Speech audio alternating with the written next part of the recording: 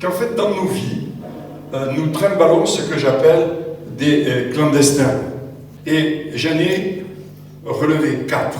Le premier, les blessures du passé. Le second, c'est l'étroitesse d'esprit. Le troisième, les espoirs déçus. Et le quatrième, la pression culturelle.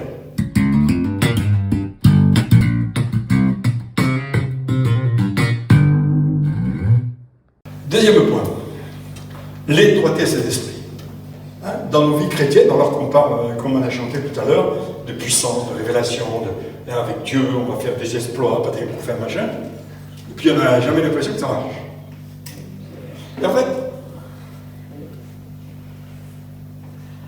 la question qui serait peut-être utile de se poser, c'est comment nous nous voyons.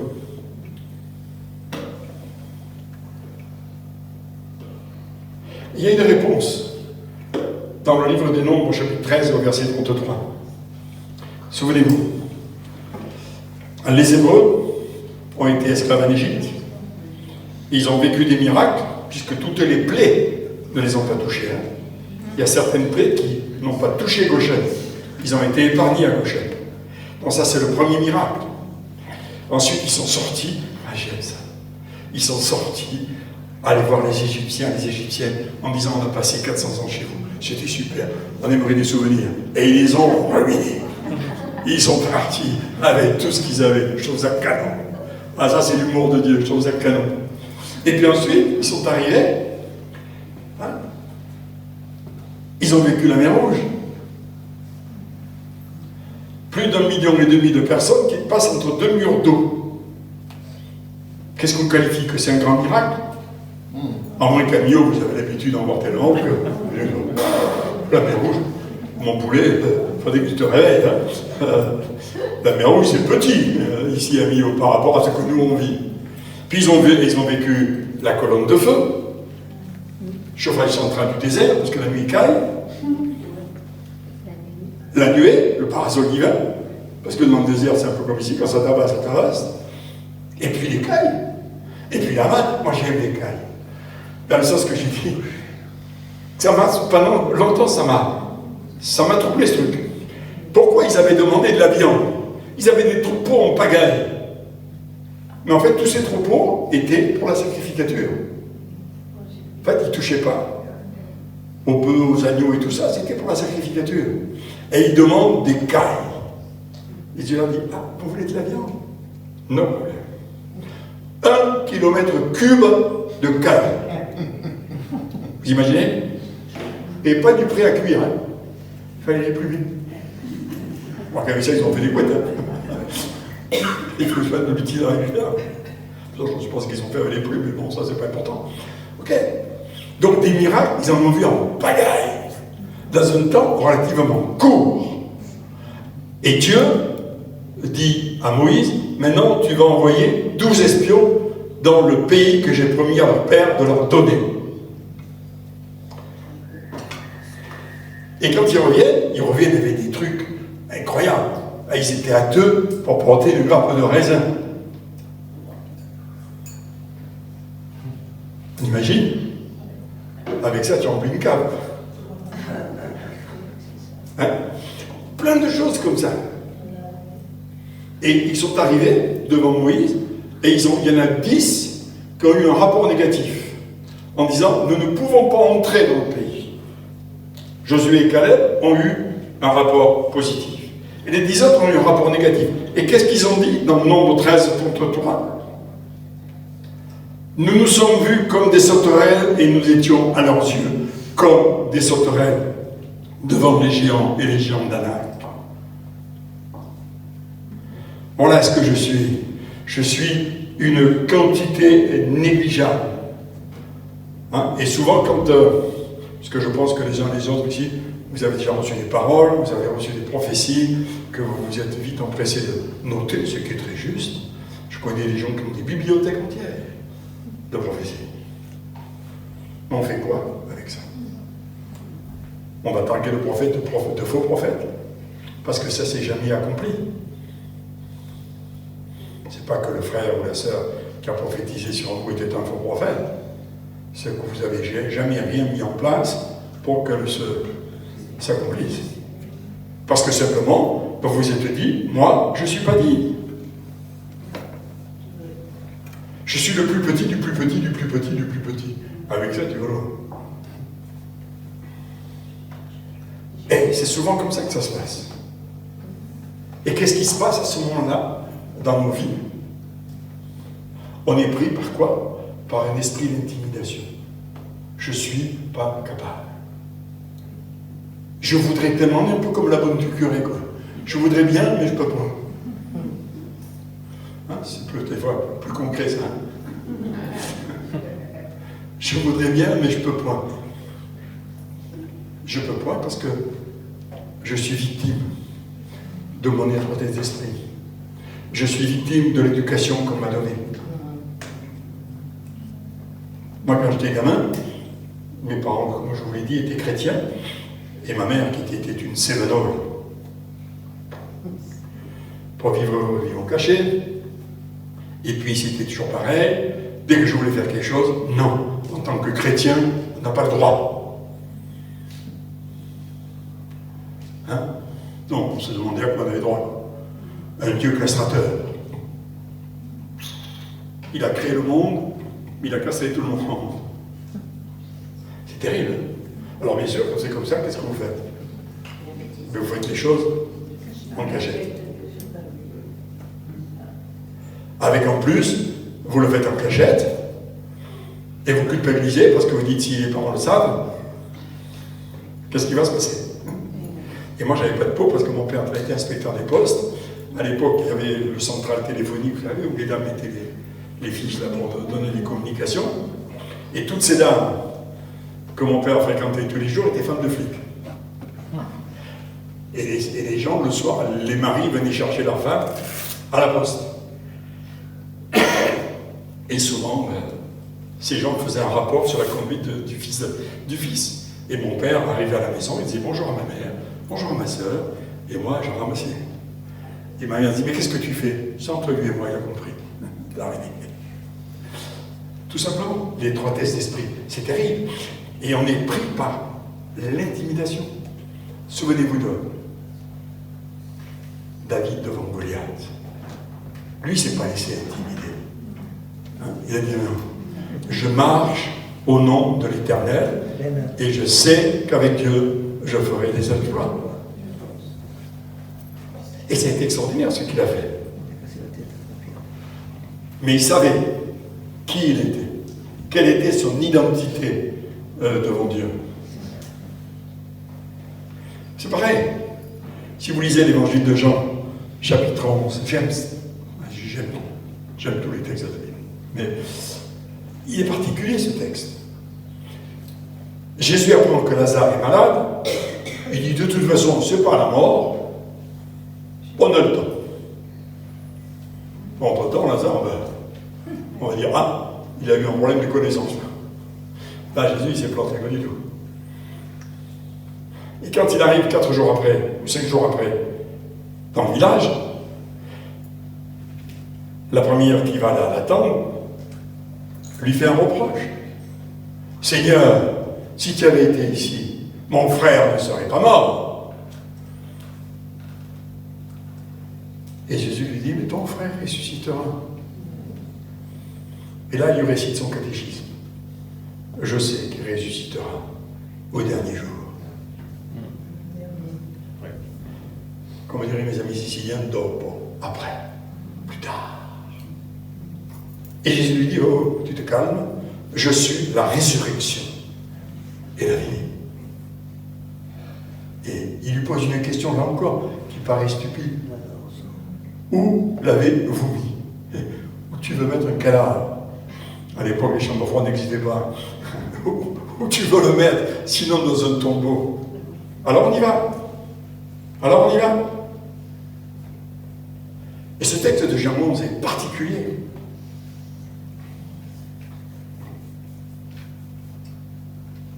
Première chose que Jésus dit, ôtez la pierre. Moi, je vais accomplir mon ministère, mais je veux vous rendre participants à mon ministère. Ôtez la pierre. Et la sœur qui dit, oh Seigneur, tu calmes. Ils sont déjà, pas pour la vue, mais pour l'odeur. Et quand ils ont roulé la pierre, les premières choses qui sont sorties, c'est les mouches. Ça, c'est mon interprétation à moi. Et là, Jésus a prononcé une parole extraordinaire. Lazare, sors! Amen. Et, pardon pour l'expression, tous les pis et vinaigres qui étaient autour, tu vois que ça ne marche pas. Parce que dans le trou noir, il n'y a rien qui apparaissait. Mais c'est normal. Il était 5 mètres plus loin dans le tombeau, et il était ficelé de partout. Donc faites 5 mètres en sautant, vous n'allez pas le temps que ça prend. Mais c'est authentique, hein? Mais c'est authentique. Je suis sûr de mon coup là. Et quand Lazare est apparu dans ce trou noir, tout vêtu de blanc, là, parce qu'il est tout le temps en bandelé, là. C'est français, ça?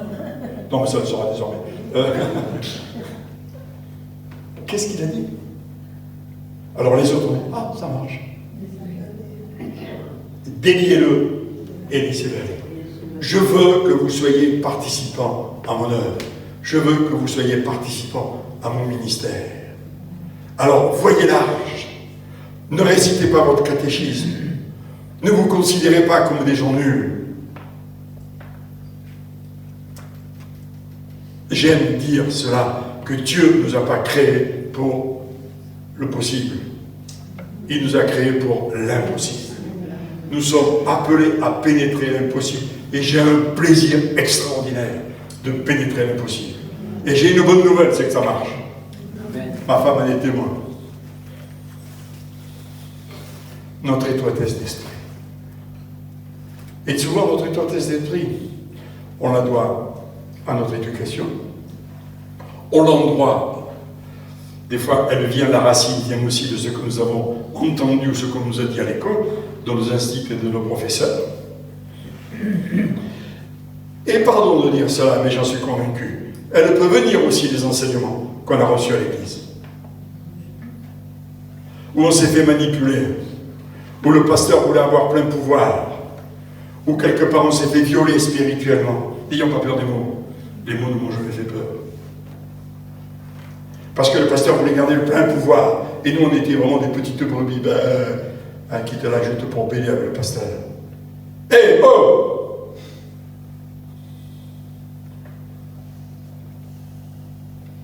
On est appelé à être large.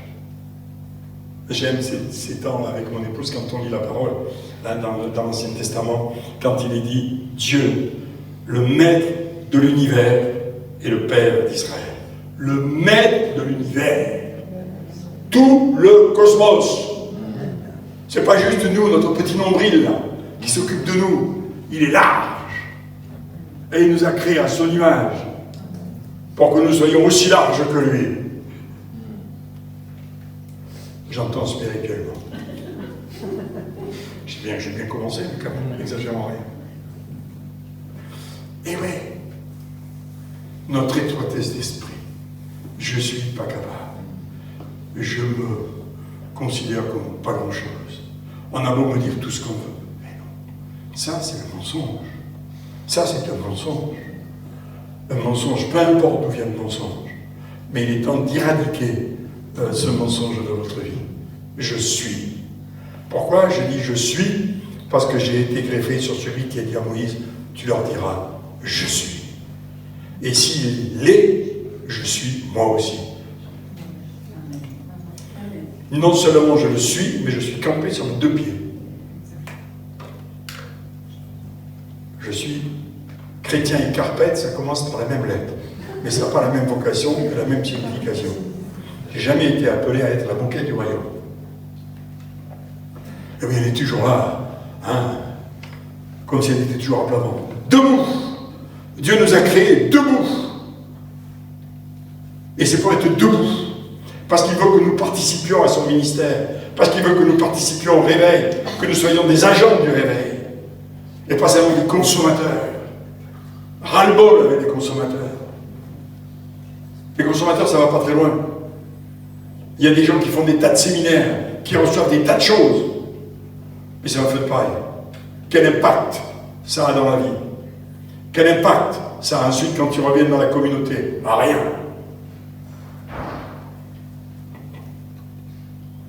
Oui, je sais bien que Jésus m'aime par sa grâce. Par sa grâce, je suis sauvé.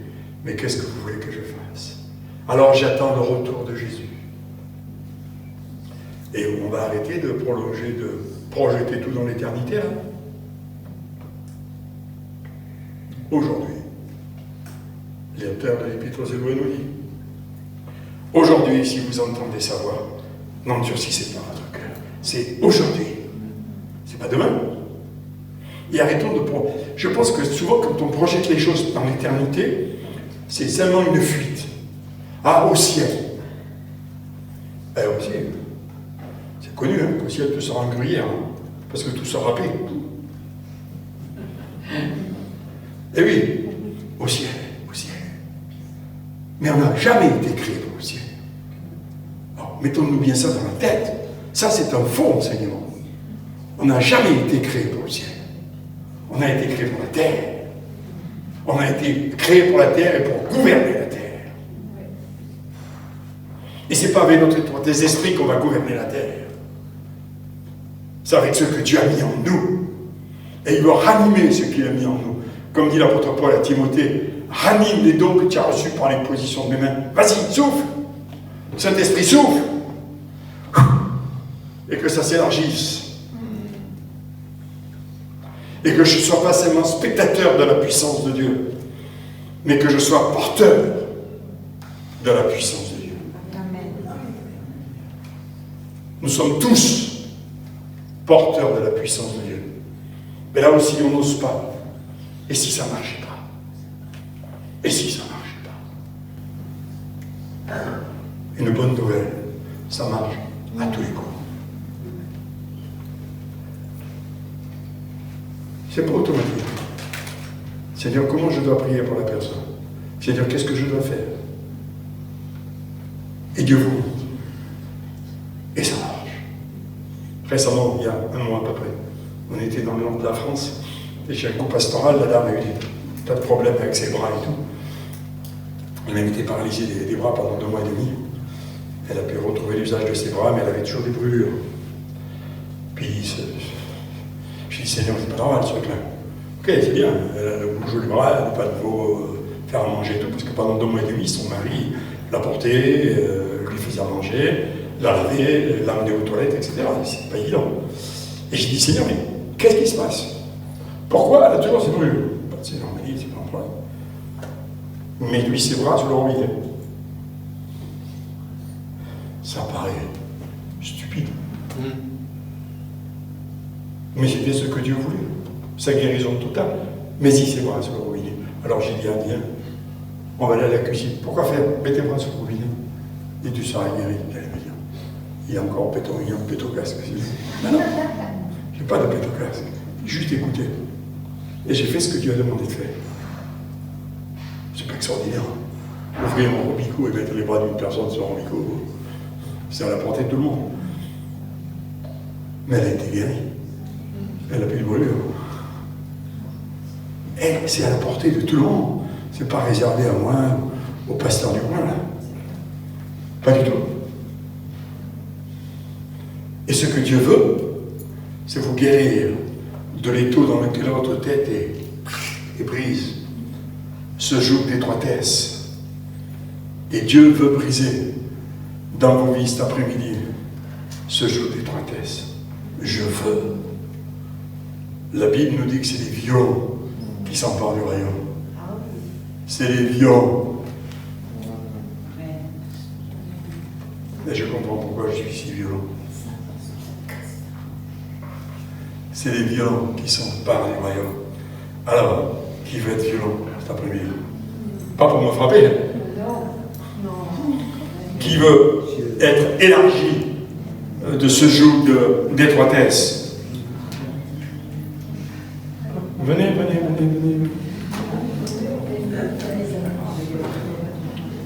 Même cause, même effet, même guérison.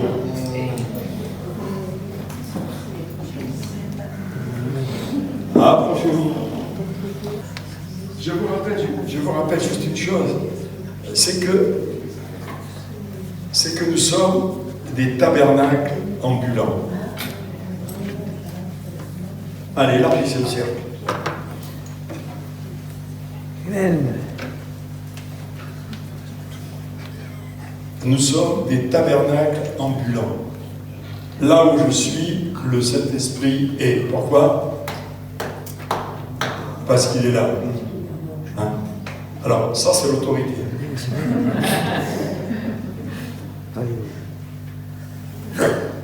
Alors, on va faire la même chose que tout à l'heure.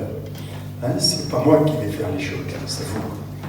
Vous voulez avoir vos esprits élargis, et vous allez commencer par demander au Seigneur. Seigneur, tu vois tout ce que j'ai vécu, ça vous appartient, c'est personnel. Donc, simplement, vous allez dire, Seigneur, je renonce à mon étroitesse d'esprit. Je ne veux plus me considérer comme une sauterelle, mais je me considère comme un agent du royaume, à qui tu as donné sagesse, autorité et puissance. Parce que tu m'as promis qu'avec toi, je ferai des exploits. Et ces exploits, je vais les faire pour ta gloire. Pas pour faire briller mes plumes, mais pour ta gloire. Que les hommes et les femmes qui m'entourent voient la puissance. Parce que l'évangile auquel j'appartiens est un évangile libérateur et conquérant.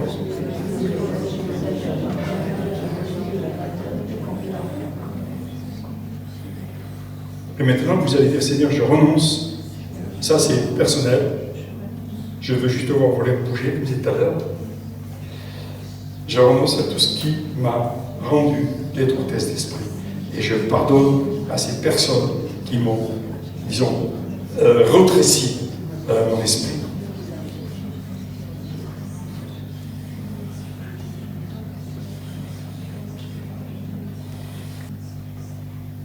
Qu'est-ce que tu es bon, notre Père? Ah, combien nous pouvons encore te louer, te bénir, pour simplement par la puissance de ton esprit, ce que tu fais dans la vie de ces bien-aimés, de tes bien-aimés. Et je prie avec l'autorité que tu me donnes, au nom de Jésus, de briser ce joug qui les a rendus captifs, qui leur a simplement rétréci leur esprit, rétréci leur compréhension de toi, alors que tu es un Dieu large. Ils étaient complètement rétrécis. Mais au nom de Jésus, je brise ce joug, maintenant. Et je déclare alors les princes, les puissances et les autorités, que ces bien-aimés qui sont là devant toi sont maintenant libres d'agir comme toi tu veux qu'ils agissent, avec la puissance avec laquelle tu veux qu'ils agissent, au nom de Jésus. Amen.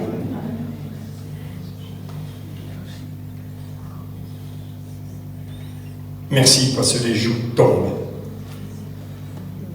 Parce que les taux qui vous serraient la tête est en train de vous libérer au nom de Jésus. Au nom de Jésus.